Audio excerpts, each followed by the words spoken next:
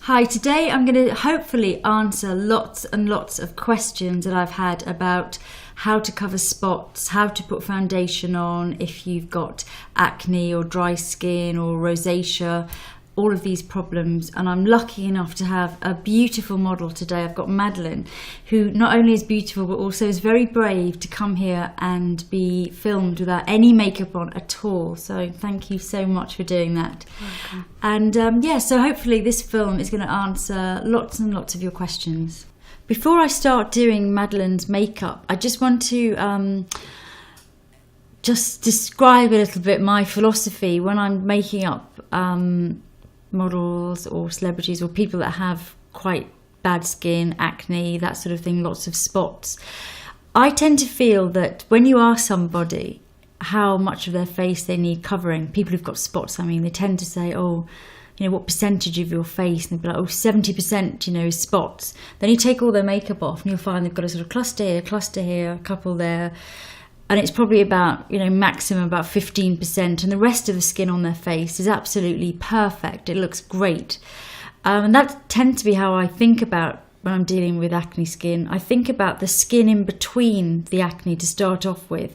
So lots of people don't, you know, sort of have bad spots sort of across here. I mean, obviously some people do, but there's certain areas of faces that, you know, there won't be any spots. And I try to embellish that skin and make that skin look as natural and as beautiful as possible.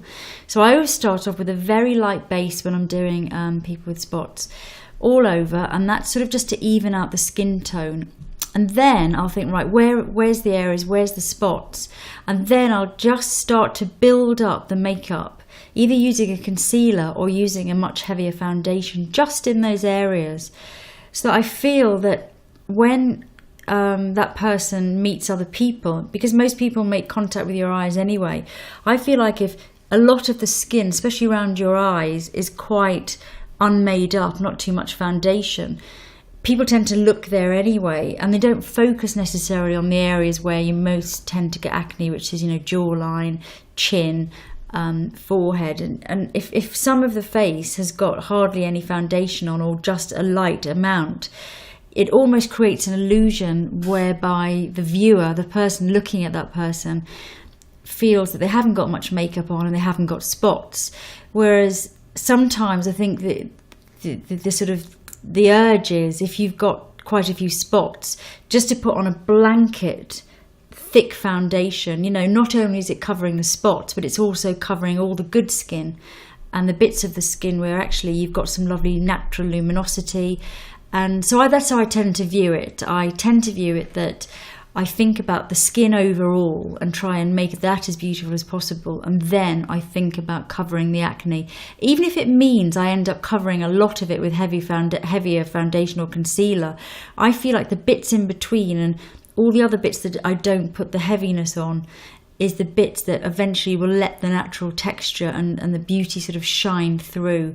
And because a lot of young people have spots, and they're the ones that have the most beautiful skin because they've got the tight contours and the lovely luminosity. And I just hate to feel that I'm just going to put on this blanket, you know, coverage all over, powder, you know, loads of mineral powder, loads of everything, and just deaden everything down. So it does take a little bit longer doing it this way, but I just feel, for me, it feels the right way to do it. It's just my personal philosophy on the whole thing.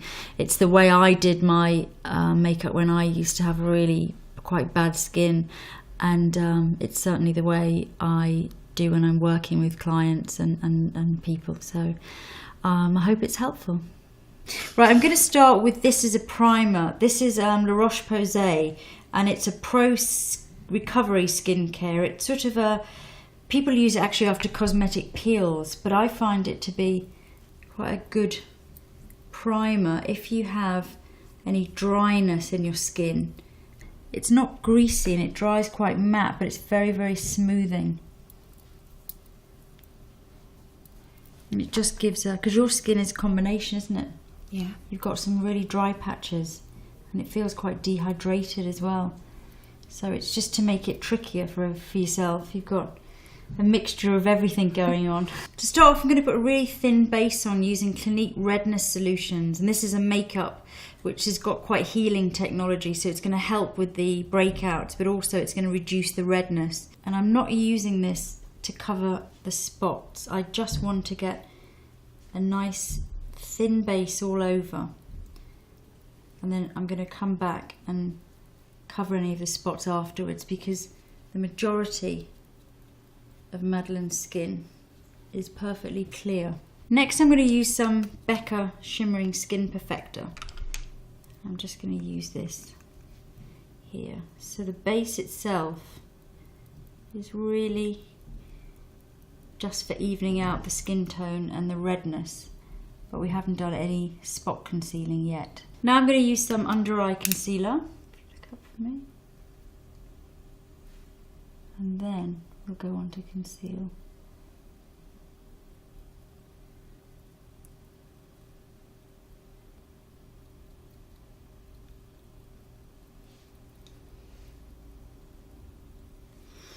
Okay, now for the concealer, I'm going to use, Vichy has teamed up with Dermablend, and what Vichy have done is they've sort of started doing sticks, so there's concealing sticks and there's also foundation, and they've made Dermablend more accessible, more usable. It still has got the good coverage, but anyone can use it now. It's much easier to use.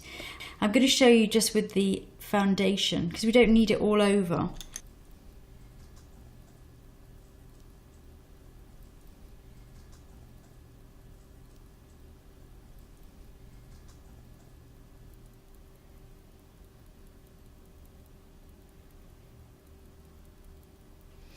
Just going to show you, get really good coverage, and you don't need very much of this at all. Just buff over the areas where there's any spots, but really blending it in with the surrounding skin.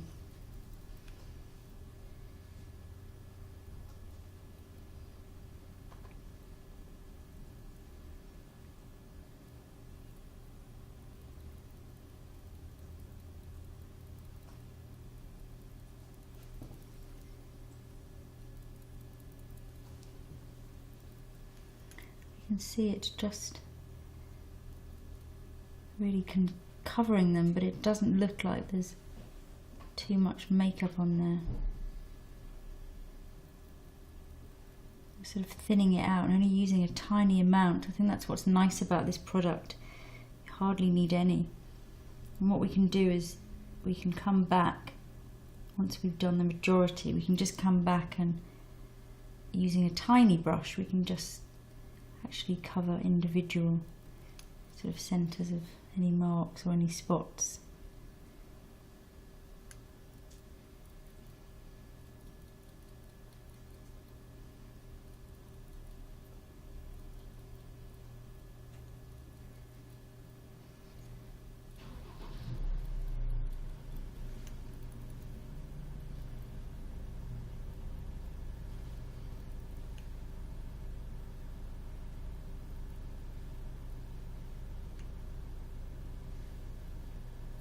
So I'm just literally buffing on the Dermablend just in the areas where the spots are.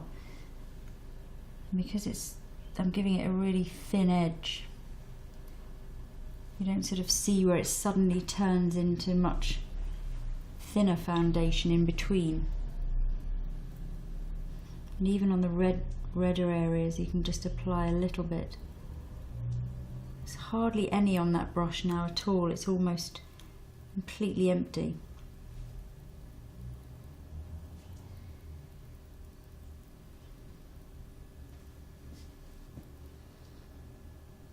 Let me just see before I go and do the So what I've done, we've gone all over with the sheerish foundation, the thinner one, the Clinique, and then just buffing into the more sort of spotty areas with the Vichy Dermablend.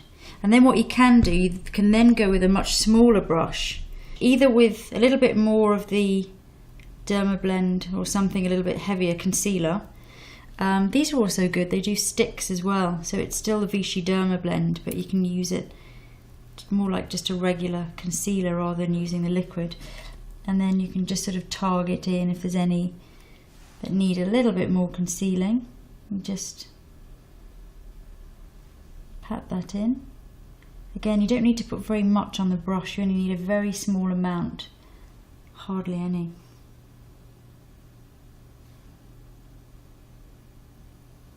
And then the next thing I'm going to do, I'm going to use the powder that comes with it, which is the Derma Blend powder. You can use any powder, but I thought I'd try this out.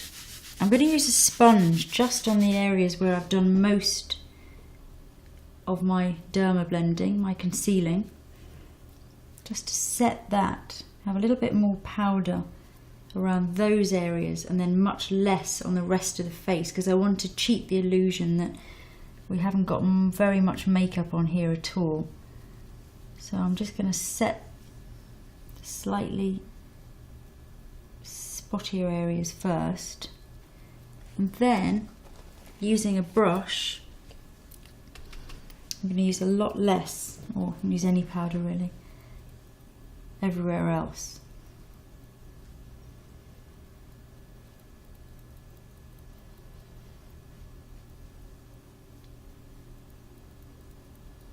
And I think what's nice now is that I have very little foundation on the forehead, not too much around this area here in the centre, and then we've just got quite a bit of concealing work here. But I think the first thing you notice when you look at Madeline is not that there's a like a mask-like effect foundation all over, and I think it's amazing how much you can get away with. You can get away with having quite a lot in this area if you sort of keep less on the other areas.